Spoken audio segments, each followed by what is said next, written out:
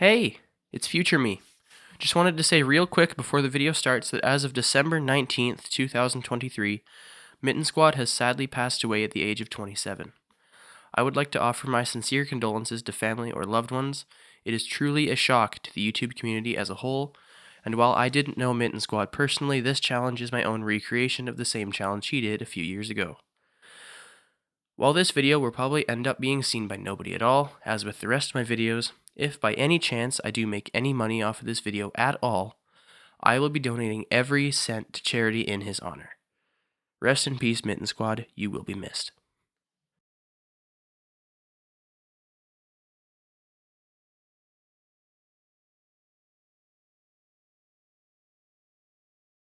Since the dawn of time, teenagers have only had one thing on their minds: going on ruthless killing sprees in video games so they don't have to in real life. And I am no exception. The insanely popular video game Grand Theft Auto 5 is one of my personal favorites, and because I have invested a decent amount of time into this game, I figured why not turn it up a notch and actually challenge myself. Out of the absolute arsenal that is the guns in GTA 5, only one stands out from the rest, rocking a sweet carbon steel build with an absolutely gorgeous slide. I am of course talking about the pistol. With this absolutely burned into your retinas, I am here to beg the question: is it possible to complete the entirety of GTA 5 while only using this beautiful weapon? The rules are simple. Any gunfight I get into must be completed with the pistol, or else I reset from the latest save. In rare instances, Rockstar decides to be smelly assholes about it and ruin my fun by forcing me to use specific weapons without my consent. In these occurrences, while rare, I will keep a tally whenever such a kill occurs and add it up at the end of the video. I do have a quick disclaimer before this video begins, however, as I am not the first person to attempt this run. Critically acclaimed YouTuber MittenSquad was the first person to attempt this. He is the true messiah of using pistols, and for that, I thank him. GTA 5's story starts in the year 2004. In a shocking twist of events for a GTA game, it starts off with a bank robbery. Rockstar really is pushing the limits of what they can do. We blow the vault to gain access and grab the cash. On our way out, however, a security guard decides to be a hero and grabs me as a hostage. Since I didn't want to kill this guy with my carbine rifle, I decided to wait and see what would happen.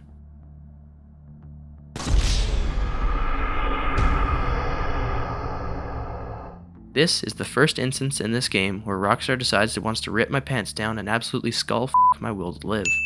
I have no other option than to gun the guard down, thus resulting in my first non-pistol kill of the run. However, this sneaky little goober dropped something, a present if you will, a departing gift for my sanity, a pistol. I snatched that shit up and escaped the bank. On our way out, we were met with heavy police resistance. In the speedrun, normally I just mow these cops down with unrivaled skill and accuracy, but since I'm left with a pistol with only 12 shots in it, I have to be careful. Of course, I immediately waste 6 bullets, but luckily pick up 12 more. I dispatched the rest of the cops with relative ease, but a shotgun almost ended my life. If prologue was any indicator of how difficult and rage-inducing this run would be, I would have ended it right there and thrown it into the recycling bin, but I promise you I am not that smart. Prologue's final shootout after Brad and Michael are shot is an absolute doozy. Normally you have a bazillion cops swarming you like predators to a preschool, but I just say fuck that shit, and I nope out of there faster than my dad noped out of my life. It is here that we meet Franklin, the final character in this threesome. He and his best friend Lamar work for an Armenian dealership owner named Simeon. He tasked Franklin and Lamar to go and do a repossession on 2 sports cars. We race through the city, and then I am tasked with escaping the cops because we technically did steal the cars. Our next repossession has us retrieving a bike taken from a street gang known as the Vagos. This is the second and arguably the easiest shootout in the game, and we are forced to use a pistol as well, so it all works out. After the shootout, Lamar decides to not report the bike as recovered and keeps it for himself as payment. What a bitch. Our next job given by Simeon is retrieving a car from a kid who lives in Rockford Hills. Apparently Simeon charged him a lot of money for the car, and then the kid was late on payments, so Franklin has to go recover it. This mission does have an unfortunate bug, however, that causes the mission to fail if your FPS is too high, and you know your boy shelled out for a computer he couldn't afford, so I'm forced to skip the drive. Upon getting into the car, I realize it belongs to none other than Michael de Townley himself. He forces me to commit some criminal negligence and beat up an old man, just a regular Tuesday. I head home and attempt to have some relaxation, but I'm really interrupted by Franklin. We head out, but Jimmy calls me saying he tried to sell my boat for money to buy another car. What a bitch. I chase the yacht, Franklin tries to become a superhero, and I rescue Jimmy, but the yacht nappers get away with my boat. I drive Jimmy home at a respectable speed so as to not hurt him, and then he adds me on Life Invader. Back at the DeSanta residence, Michael discovers his wife cheating on him with the tennis coach. What a bitch. I chase him into the hills and then pull his house down. On the way back, I learned that the house actually belonged to ruthless cartel kingpin Martin Madrazo. He kindly asks Michael to repay him for the house he destroyed, forcing Michael back into a life of crime.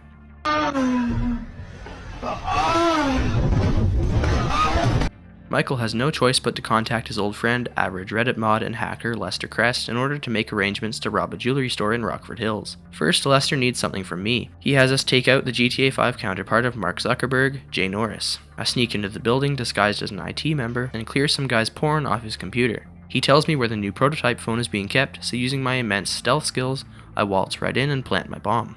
Norris's mind blows during the keynote, and then my contract to Lester is complete. But first, my son needs a little quality time. What a bitch. I take him to the beach, and we have a bike race, but I realize the only reason he was willing to go to the beach is to rat on his sister Tracy, who is shooting porn on the boat. I board the yacht, grab Tracy, and kill the attackers. Finally, after long last, it is time to case the jewel store.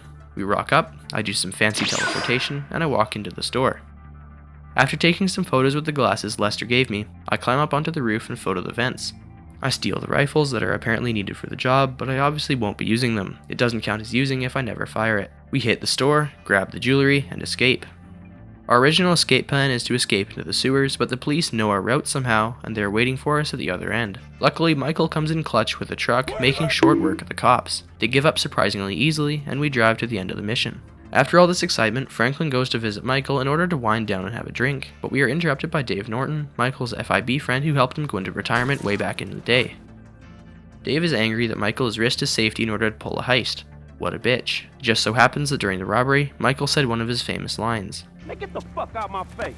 Oh. You forget 1,000 things every day, pal. Make sure this is one of them. The line is recognized by none other than Trevor Phillips, Michael's old friend. He recognizes the line and instantly figures out that Michael is alive. He also proves that GTA 5 is far better than GTA 4 by murdering Johnny Klebitz for no reason at all.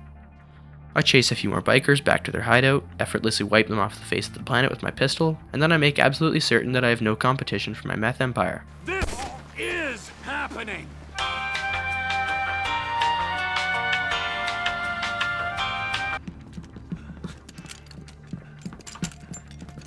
If I knew we were having visitors, would have done a little spring clean. I easily kill all of the Aztecas, and Ron informs me that while I was out, the Lost MC came and raided my home. What bitches.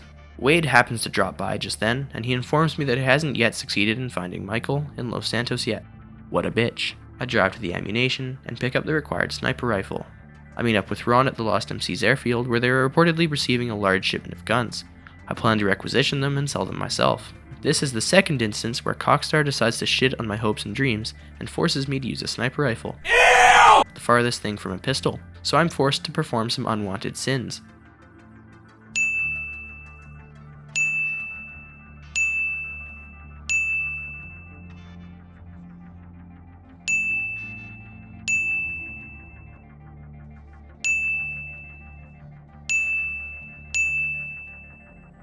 The fun was only just beginning, however, because after clearing the airstrip, Trevor climbs onto the wing of Ron's plane, and you are again forced to use a gun that isn't a pistol. This would obviously further anger me, but luckily there is a quite handy workaround. On the mission Nervous Run, when you reach the plane you are normally stuck using an assault rifle with unlimited ammo to beat the bikers. However, if you die, there is a brief window when loading back in where you can switch to fists.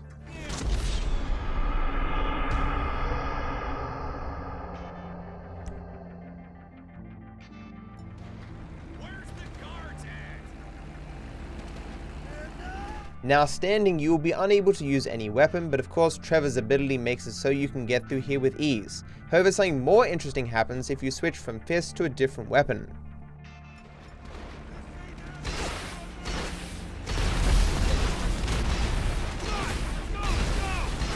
Be careful, Trevor!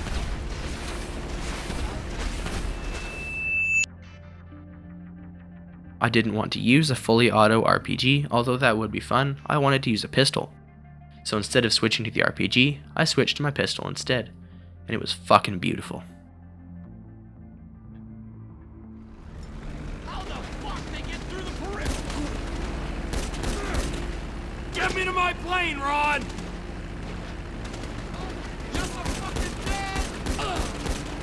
Get me to that plane! Whoa! That's hot! Check the left, Trevor. Come on, go! Let's go now!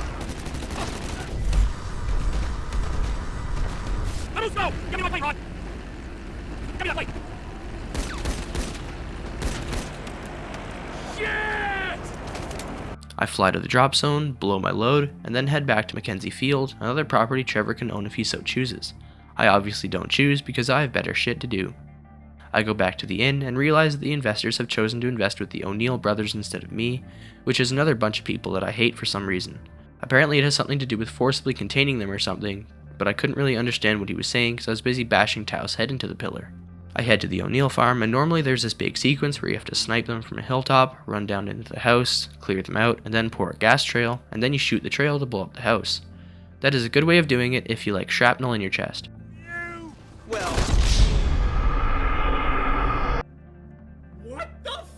I instead sprint through the house without giving two fucks, throw a grenade down the stairs, and get the fuck out of there as the house explodes. Way easier and less of a headache. It is time to head into Los Santos to confront Michael, but first I need to pay a final visit to the Lost MC. Apparently a new group of them have entered their camp in order to mourn the people I killed during my last visit.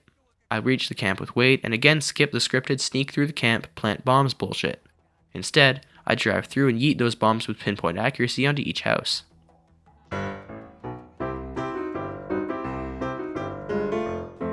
I switch to Michael, and he is busy enjoying retirement again, having completed the heist. He argues with Amanda over who's the bigger whore, and then Trevor walks in. Michael lies about why he's still alive. I've been in witness protection. I still am. Witness protection for what? No one was convicted of anything. And then Jimmy rats on Tracy again, saying she's auditioning for TV. She's what? It turns out Tracy is dead set on proving she's the biggest whore of them all, because she does this on live TV. Michael is understandably upset because he wanted to be doing that on TV, not her. The producer and host of the show, Laszlo, runs away and gets in a car with me and Michael in hot pursuit. We catch him when his car runs out of batteries. Trevor humiliates him and then bids Michael farewell. It may not look like it, but Michael is not happy about Trevor being back in his life, mainly because the probability is high that he finds out that Brett is dead and not in jail. He calls Dave again and asks to meet. In a shocking turn of events, it turns out that our boy Davey is corrupt. He tries to sucker me into doing work for the Bureau in exchange for help with keeping Trevor off my back. I reluctantly agree, and it turns out the FIB and IAA are at a standoff right now, fighting over potential terrorism leak. Whoever finds the source first will get a funding bump. Apparently, the leak is dead according to the IAA, and Davey wants me to prove he isn't. Davey gives me a pat on the head, and I wake up in the morgue. Technically, this guy does die, but it happens in a cutscene, so I'm absolved from guilt. It turns out the body I was tasked with looking for wasn't there, but there was a handful of agents wanting to clap my cheeks. I don't swing like that, so I kill them all. I jump out the window, grab a car, and flee the cops. Franklin turns out to be a little bitch who can't take one hit from a car, so I have to reload the checkpoint. I head home to watch a movie and get a bit of relaxation, but Amanda and Fabian decide to barge in and force me to do yoga with them, thus resulting in one of the most boring missions of this run.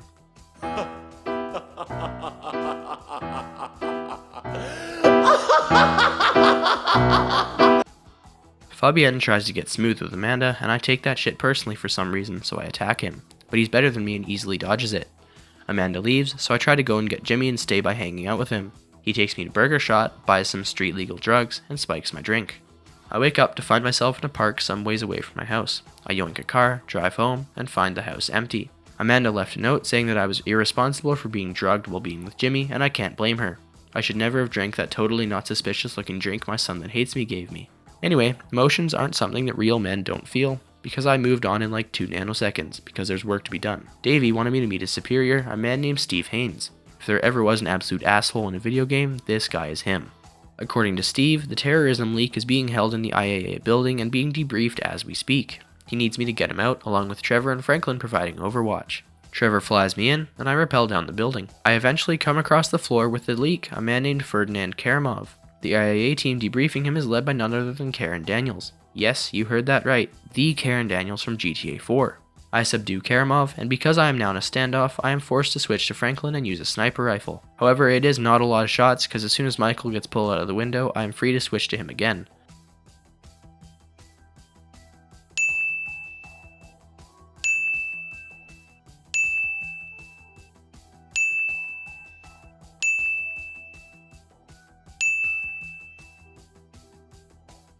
Luckily, he's using a pistol, so I can clear out the rest of the enemies with no difficulty. And just to clarify something, the AP pistol, while being an automatic weapon, is still technically a pistol, so I will be allowing it for the run. To anyone that disagrees, go fuck yourself. After escaping the building, Franklin is attacked by a helicopter full of IAA agents. Using my master sniping skills, I one-tap the pilot and then switch back to Trevor. Despite being a career criminal, it takes Michael a good while to shoot down the last helicopter. We land at the depot again, and Karamov is taken back into FIB custody. Finally, it is time for everyone's favorite mission, scouting the port. This is an absolute abomination of a mission. Trevor is looking to pull a heist at the docks, and he plans to use Floyd's job there as a cover to sneak in and make plans. The entire mission consists of the following: drive to the docks, walk super slowly to the container ship, drive a container handler and move 2 containers to the loading bay, use a sky crane to move 2 more containers onto the back of 2 waiting semi-trucks, take pictures of the ship for Ron to formulate plans with, drive one of the slow-ass trucks to the Merryweather docks, and then drive back to Floyd's house. Back at the house, I get a call from Steve inviting me to play a round of golf with him at the country club in Rockford Hills. I'm totally kidding, he's telling me to go torture someone. Typical Saturday. I arrive at the warehouse, and it turns out that Steve and Davey want Trevor to torture Mr. K, while me and Dave go for a drive to assassinate the terrorism threat. Because I run the risk of Neil Mohan driving to my house and kneecapping me if I show the torture scenes, I will cut all of them. I love my kneecaps. Please don't do it. Again, due to my speedrunning prowess, I only have to hit Mr. K with a wrench twice, because I already knew who to kill. Unfortunately, the kill came at a cost. Steve tells me that now that Mr. K has served his purpose, he is no longer needed and wants him killed. I decide instead to drive him to the airport so he can live in some faraway land and become a torture advocate for some reason. Way back during scouting the port, there were 2 approaches for the heist I could have chose: the offshore version or the freighter version. The freighter approach sees Michael and Franklin silently taking down guards on board the ship, which includes a lot of sniper rifle shots that I can't get around. So I obviously chose the offshore approach. For this approach, I need a mini-sub, which is another really boring mission in the game, and a cargo bob helicopter as well capable of lifting the sub. The mini-sub mission was a breeze, and I passed that shit faster than kidney stone. The cargo bob mission, however, was different. Despite being simpler than I expected, I was still storming a full-on military base with nothing but a pistol. I cleared a few waves of enemies and boarded the chopper. During this mission, another helicopter spawns and chases after me, but the rockets it fires are actually scripted to miss me.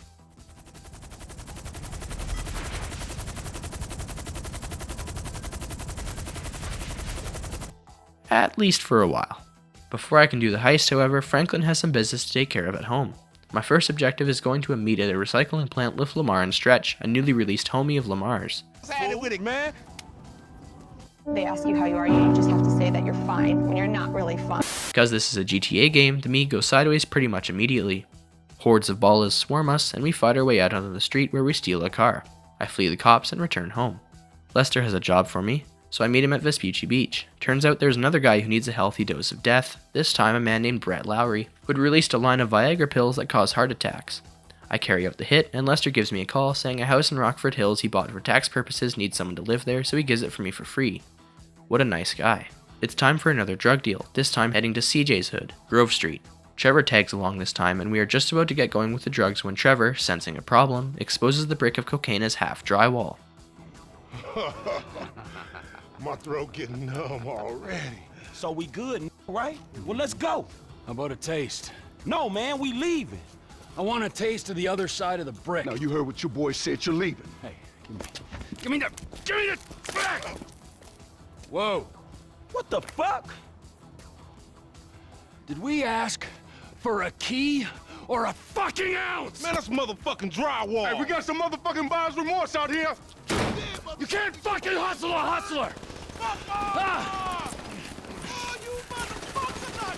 It turns out it is another setup, and we are forced to once again fight our way out of it. This mission is the first time in the run I experience a true feeling of stupidity.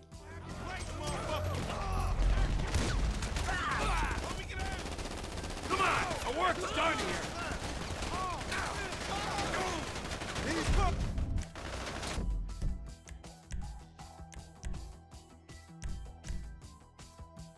When switching characters, there is a slight chance that character will be in the middle of firing their gun, thus resulting in me technically controlling that character as they fire a weapon. In this case, Trevor decided to be an asshole and fire his shotgun the exact moment I switched to him. To less observant among you, a shotgun is not classified as a pistol, although I wish it was.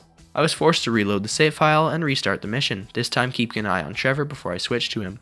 After escaping the police on jet skis, it was time for the Merryweather heist. I drove halfway across the earth to Trevor's airstrip, then flew a cargo bob out to sea. I dropped Trevor into the drink and booted up a GPS app on my phone to find the score. After securing it, I ascended once again and Michael picked me up. It was all going well until Merryweather showed up to kill me. Obviously, I couldn't use Franklin to shoot at them because he is using a machine gun, literally the opposite of a pistol. So I do my best to point him in the direction of the enemies. He had no problem with the first helicopter, and then 2 more spawn on top of that. This is where the problem started. Despite having a clear, unobstructed view of the helicopters, Franklin instead stands there like a deer in the headlights. I failed a few times like this. All seemed lost until...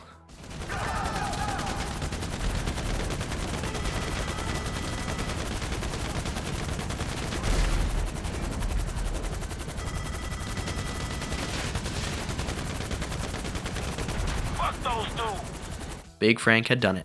We landed at the airstrip, where Lester meets us and screams at us. Apparently what we stole was an experimental super weapon, and we'll all be on the government hit list now. We decide to return it, as hopes of it being swept under the rug. This means, however, that nobody gets any money. Trevor doesn't mind though, as he is a very selfless person.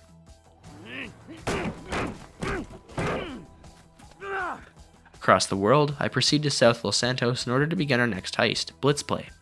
I will drive the garbage truck to block the road, Franklin will be in a tow truck to ram the truck, and Trevor will be in an elevated position watching over with his RPG, which I will obviously not be using. After ramming the truck, the game tries to make me use a carbine rifle, but I say fuck that and switch to my pistol anyway. Endless waves of police show up, but we easily mow them down with our pistols. I would like to showcase one of my favorite glitches in this game, the buffered ledge grab. How it works is simple. You take cover on any climbable object, bring out your phone, and then attempt to climb said object.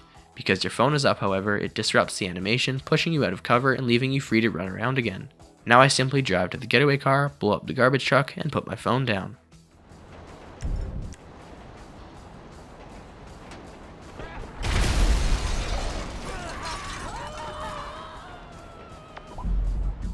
I drive to Devon Weston's house, who is another pretentious asshole in this game who deserves to be put down. Right next to a huge steaming ball of foreshadowing. Devon says he needs some cars repossessed for him and wants the trio to work for him. I initially refuse, but Devon gives me a sweetener, working for legendary filmmaker Solomon Richards. Hello? The first 2 cars Devon needs are owned by 2 trust fund kids that Devon knows personally. The plan is for Franklin to meet and race them down the highway, where Michael and Trevor, disguised as highway cops, will intercept and pull them over, thus stealing the cars and bringing them to Devon. Despite the guys taking longer than anticipated to pull over, they do eventually stop, and the plan works well. 5, 5, and 5. Oh! The next car is a Trefod Z-Type, one of only 10 in the world. Trevor and Franklin are tasked with this one, as Michael isn't needed. Trevor tracks the target in a helicopter while Franklin follows in his car. After approaching the owner, he tries to make a run for it and hides in a nearby garage. I kill him and take his car to Devon at the airport.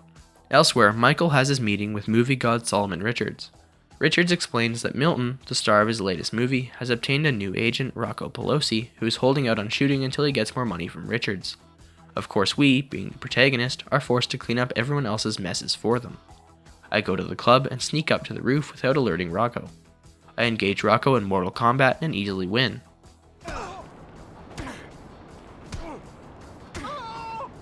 Finish him. All right, spray tan. We're gonna make a new deal. All right, yeah. Okay, sure, man, sure. All right. Michael DeSanto wins. Flawless victory. Finally, I have to fly Milton and Anton back to the studio, scaring them while doing so. Apparently going top speed in a helicopter is scary or something, because they just about shit their pants. You don't have to go this fast to prove your point. Enough! Enough! All right. Everyone's favorite thug is back, ladies and gentlemen. That's right, it's Martin Madrazo. This time, he wants Trevor and Michael to silence his son Javier before he can get to the airport with incriminating evidence about Martin. Trevor commandeers a motorbike while Michael shoots down Javier's plane. City. The jet's moving. Got... That didn't do it. I switch to Trevor and chase the plane until it eventually lands in a field just east of Grapeseed. Obtaining the files, I then have to destroy the van with the gun inside, so none of this leads back to Martin. Being the amazing speedrunner I am, I just drive to the mission end prematurely, blow up the van, and then walk into the yellow dot to end the mission. With Patricia now kidnapped, Trevor and Michael take a vacation to Trevor's trailer to hide from Martin. Franklin, on the other hand, isn't being viciously hunted by a murderous crime lord yet, so he's golden. The fourth car on Devon's list is the JB700, currently residing in Solomon's film studio. I sneak in, knock out the actor, and steal his clothes. I run over to the car and try to blend in as the actor. However, the security are racist as fuck because they gun me down instantly for no reason. The guy's body in post. Security! Security! Hold up your weapon! I respawn and get in the car. On my way out of the studio, I almost kill a guard with my car, but it's fine because he walks it off. The studio sends 2 security guards after me, but they are no match for a violent criminal such as myself. I drive to Devon's garage, and Devon congratulates me for another job well done. Lamar teleports in out of nowhere and somehow gets himself involved in Devon's car ring with only 1 car to go, so he's getting paid the same as the rest of us for doing no work. What a bitch. I go to check on Michael because I haven't heard from him in a while, and I learn he's out in Sandy Shores with Trevor. Ron rudely barges in without knocking and tells Trevor that he has been monitoring the Merryweather radios after the Merryweather heist in the hopes of setting up another heist. And a heist is exactly what this is. Just kidding, it's time for another chase mission, bitch.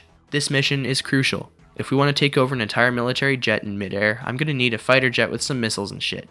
With some what the fuck is this? I am reduced to a small crop duster for this chase, which makes total sense. I'm also crippled by the fact that I cannot go too high in the plane as a military base will detect me and send jets to nail my ass. This has got to be the most boring flight in the entire game. Anyways, I eventually gain a suitable distance away from the base to gain altitude and take over the plane. I do the only sensible thing I can do here, and instead of, valuing my life, I just slam my plane into the back of theirs and jump out. I know from Uncharted and Mission Impossible that you would get sucked out of that bitch immediately, but this is a video game and realism doesn't matter as long as you have enough microtransactions. I fight my way to the cockpit, and the pilot of the plane, hearing the commotion down below him, sees a violent psychopath climb into his cockpit, but instead of busting a cap in my ass, he just aims his gun at me as if that'll turn me away. I bust a cap in his ass and commandeer the plane. It turns out the military are the smart ones here as they send actual fucking jets to take down the plane and they shoot me down. I jump out and the plane crashes into the Alamo Sea. Turns out our old friends the IAA are funding a research lab near the coast that is developing an experimental bioweapon that they plan to release into a crowded area to increase their funding. And we need a helicopter to raid the facility and get it back. Naturally, this means a heist is coming up, baby. I drive to Paleto Bay to meet Lester and we scope out a bank there. I shoot the alarm to test the police response and the police are alarmingly fast. Escaping the bank before they arrive would be impossible. So we decide this bank is perfect and head back to Trevor's meth lab to make plans. It is at this point that Trevor's old friend the O'Neills are planning on exacting revenge on Trevor for when he exacted revenge on them. Franklin chases them down the highway and onto a dirt road where they suddenly care about not killing things and swerve to avoid an elk. Trevor and Michael fly out to Raton Canyon to intercept the brothers and I am forced to add some more non-pistol kills to the tally.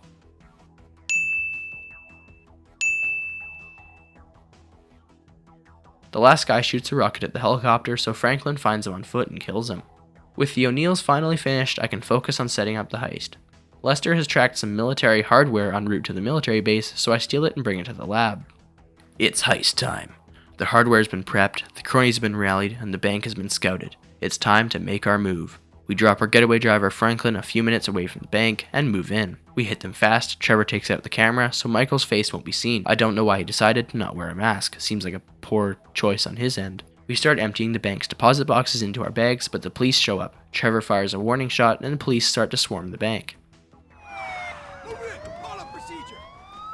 You know you're surrounded, so you ain't getting a ride to the airport.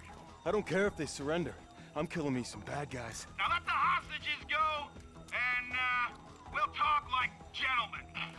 Time to face the music!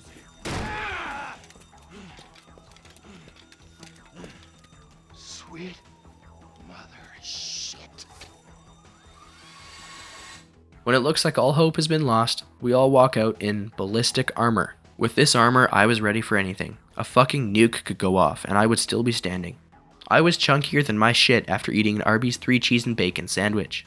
It turns out that a trio of heavily armed bank robbers is a serious threat because the army started showing up with tanks. So our supposed getaway driver does the only sane thing and shows up in a fucking bulldozer, the slowest vehicle known to man. My grandma can walk faster than this and she's fucking dead. What a great plan this is. Load both Michael and Trevor into a slow as balls bulldozer while 3 tanks take pot shots at us.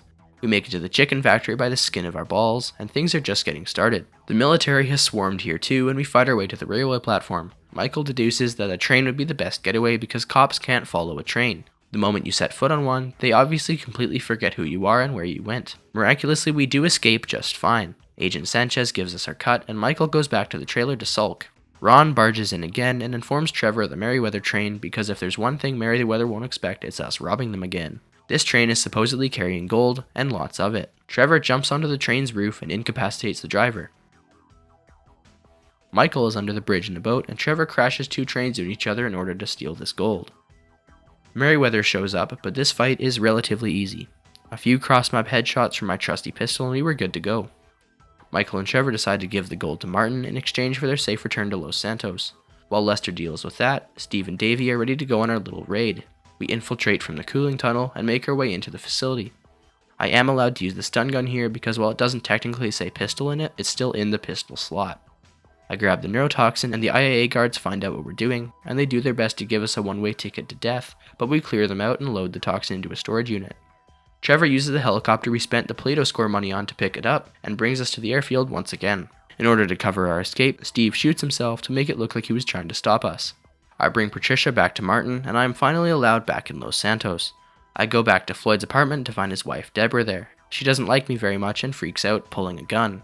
Floyd grabs a knife, but because I'm the protagonist, I have plot armor. What people are not very fucking nice. I kill them both. Forever the peacemaker. I take Wade to the strip club, again failing one of the easiest jumps in the game. Trevor takes over the club by becoming homies with the current owner. Just kidding, he kills him. It's finally time for the big one. The big one. The big one. The big one! What is the big one? The heist we've been dreaming of ever since Lester made an offhand comment about it during the first heist. We scope out the bank, while Trevor and Lester get into Trevor's helicopter to follow 2 security vans that are en route to the depository. One of the 100% gold medal achievements for this mission is to follow the vans through the tunnel that they go into, so I get bored and do just that. However, it was all for nothing as I forgot about the other achievement, having to fly under some bridges as well. Ever since Trevor realized Michael was alive and confronted him all that time ago, he believed Michael's story that Brad was in jail and not dead. However, Trevor actually had some rational thought finally, and deduced that he knew there was a funeral and there must have been someone buried in his place. He comes to the conclusion that Brad is in fact dead, and races back to North Yankton to confirm his suspicions. He steals my car, so I take one off the street. I arrive at the cemetery and attempt to recreate a video I made a long time ago. However, this attempt didn't go as well. I guess Cockstar has patched the way the buffered ledge grab can be used, so I had to fight through like normal. Due to the cold weather, my car wouldn't start, so I got captured by Mr. Chang's cronies. Switching to Franklin, it's time to deliver the final car for Devon Weston. I meet Lamar, who stole the final car, and gently drive the car into the back of the waiting truck. On our way up to Paleto Bay, the police get wind of what we're doing and send a squad to spread our cheeks. Luckily, the car I stole from the movie studio has mounted machine guns on the front that I won't be using. Instead, I use the spike chips to take down the cops. Upon arrival, we are told by Molly that Devon won't be paying us yet because of the police attention we created. This is obviously not very nice and definitely makes me want to kill Devon a little bit. Having not heard from Michael in a while, I phone Lester, who notices that Michael's credit card bought a ticket to a plane ride from North Yankton, as well as his phone recently coming back online. I meet with Trevor, who gives up that Michael has been pinched by the triads. Lester sends me a Trackify app, the same one I used in the Merryweather heist, but I don't need it since I already know where Michael is. My first attempt at storming the slaughterhouse is a disaster as a triad with a shotgun proceeds to turn my ribcage into shrapnel. My second attempt goes better, and I reach Michael, throwing him a gun. Luckily, I throw him a pistol, otherwise that would have been a lot of unnecessary kills. We escape, Michael decides he's not very tethered to this reality and phases through my car, and I bring him back to his house. Of course, it wouldn't be GTA without the FIB wanting to meet with us once again for another heist. Steve shows off his exemplary healing abilities by walking around unaided, especially since he shot himself in the leg just a few missions ago. He needs us to break into the FIB building and steal the evidence on himself and Dave. Having no other choice, we accept. Michael and Lester tail a janitor for his outfit that we'll never use, and Lester instructs Franklin to tail the building's architect for the plans. I go back home and get a well-earned rest. I am rudely awakened by Jimmy, who has come back to say he's sorry for drugging me. I accept his apology, and then he says Amanda is with Fabienne at the cafe. I go there and Fabian is suddenly a dick towards me for no reason. I smash his face with a woman's laptop, and Amanda agrees to meet at Dr. Friedlander's office to hash out all our problems. Before that though, I need to pick up Tracy. She's at the tattoo shop with Laszlo, who is wanting to get her back on his show. I interrupt their conversation when Laszlo goes too far and forcefully pierce him, as well as tattooing a penis onto his stomach. Finally, I cut off his ponytail and take the kids to Friedlander's office. The meeting goes well, and me and Amanda put our differences aside and definitely don't threaten each other or anything.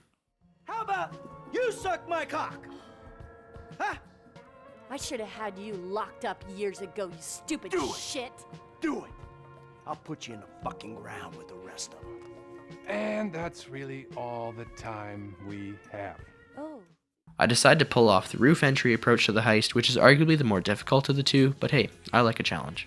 I take the helicopter up to the desired height and then jump out.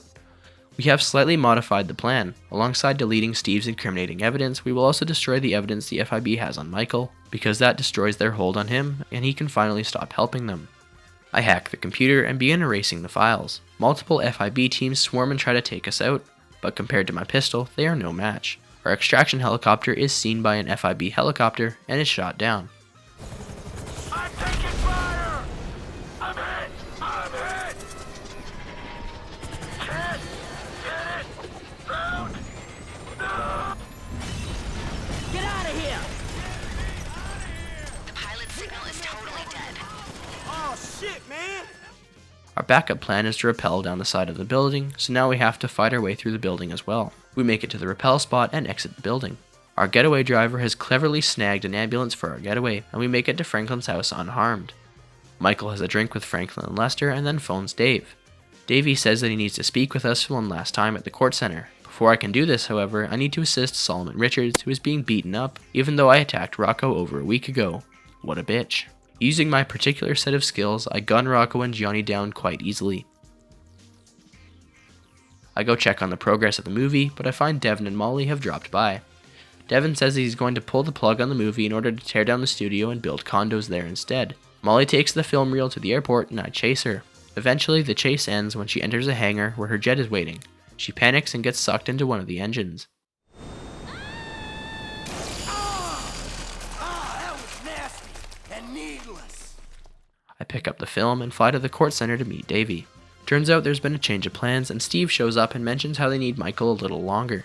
The IAA eventually show up along with an FIB tactical team, and Agent Sanchez reveals that he betrayed Steve and blabbed to the IAA and the Bureau about his actions.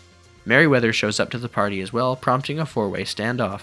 Steve gets shot in the same leg and then kills Sanchez. I fight my way to the balcony, but a Merriweather helicopter decides to block my way and pins me down. Trevor arrives to help out of nowhere, and I have to unfortunately rack up another non-pistol kill.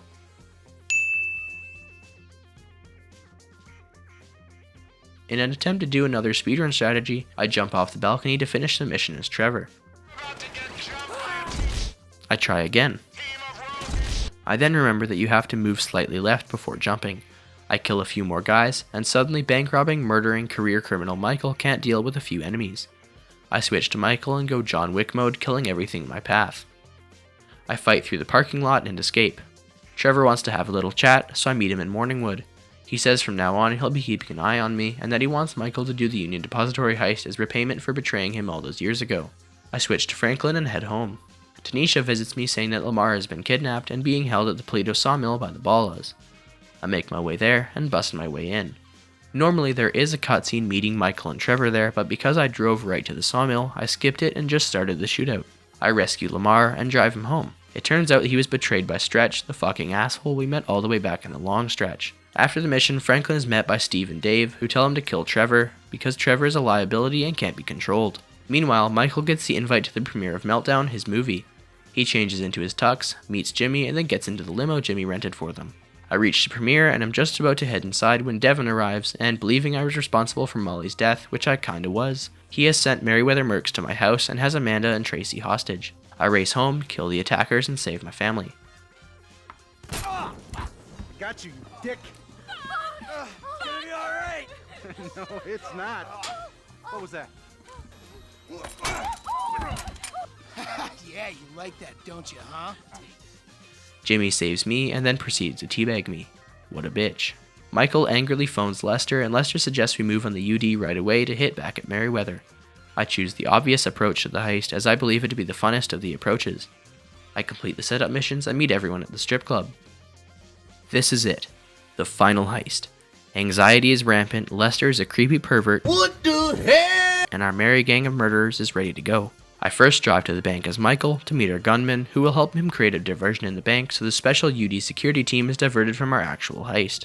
Meanwhile, Franklin drills through the wall to get to the gold. Our plan fails as multiple waves of police swarm our position, so I have the task of defending Gustavo, our second gunman, from them.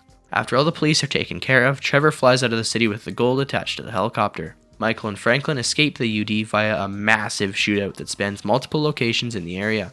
Eventually I get overwhelmed at the very end of the shootout and have to, god damn it respawns me back halfway across the fight. Fuck. I redo the shootout and reach the getaway vehicle safely this time. After losing the cops, I switch back to Trevor, who has encountered some Merryweather opposition, so Lester, a crippled gamer with a wasting disease, decides to man an RPG and take out the helicopters. By some miracle, he succeeds. We drop off the gold into the train we stole and fly to the airfield. Franklin takes the car while everyone else flies off in the helicopters. And with that, the final and best heist is over. Everyone can finally go their separate ways and there will be no more chaos for our protagonists.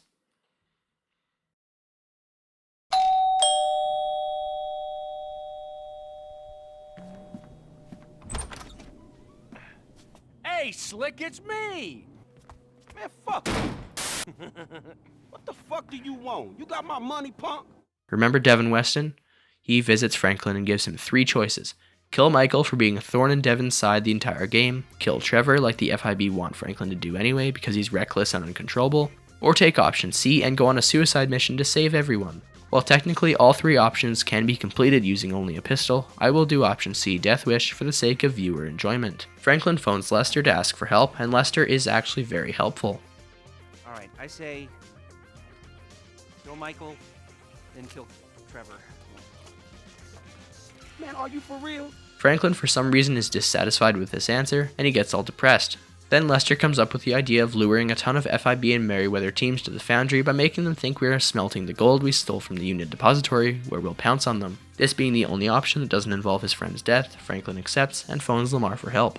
I go and pick him up and then drive to the foundry. Inside, Michael and Trevor are very determined to finish the job themselves until Lamar informs them of the FIB teams approaching the building. Everyone takes their positions across the foundry. I take the first shot and then everything devolves into chaos. Merryweather enters the building as well, and the FIB teams attack them as well as us. In the chaos, Lamar gets overwhelmed outside, so I make my way to him, leaving Michael and Trevor alone in the foundry. After helping Lamar, Trevor dips, so Michael gets worried and checks on him. Turns out he was just winded and taking a breather. What a bitch. After clearing the foundry, the fight moves outside where 7 million more enemies are spawning. Being a supreme gamer, I take them all out with ease. Finally, our last objective is tying up loose ends. With the help of Lester, we get the whereabouts of Stretch, Mr. Chang, Steve Haynes, and Devon Weston. Michael takes Stretch, Big Frank takes Mr. Chang, and Trevor takes Steve and Devon. Stretch is the first on the list. He's surrounded by his friends, showing them big ol' anime titties on his phone. As a faithful Christian boy, I find this highly offensive and gun everyone down immediately for engaging in such filth. With Stretch taken care of, I move on to Trevor, who has taken down Steve. Steve is at Del Perro Pier, recording a new episode of his show. I decide to make his show infinitely more interesting by popping him in full view of the cameras. Elsewhere, Franklin is taking out Wei Cheng, who is at the beach club with his son and associates.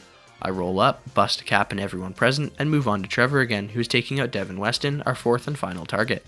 He is at his mansion in Rockford Hills, surrounded by another small army of Merryweather agents. I get to the house and make my way to Devon, easily killing all the guards. Devon is hiding in a small crate by his pool, so I punch him and throw him into the back of his car. I phone Big Frank and Mikey, telling them to meet me at the old dock just off the Great Ocean Highway. The 3 protagonists get to make fun of Devon one final time before we finish him off. I am prompted to hold W to push the car, and with this final cutscene, I complete this challenge run. To the very few, if any, people who stuck around to see this through to its entirety, I sincerely thank you for enjoying what I have made. I would also like to thank MittenSquad for giving me the inspiration to make this video. I do hope I did the challenge justice. I've also heard that Dark Viper AU is planning on doing a run like this with a custom mod for it, which I will try out if I get the chance. Once again, thank you for watching, and I will see you next time.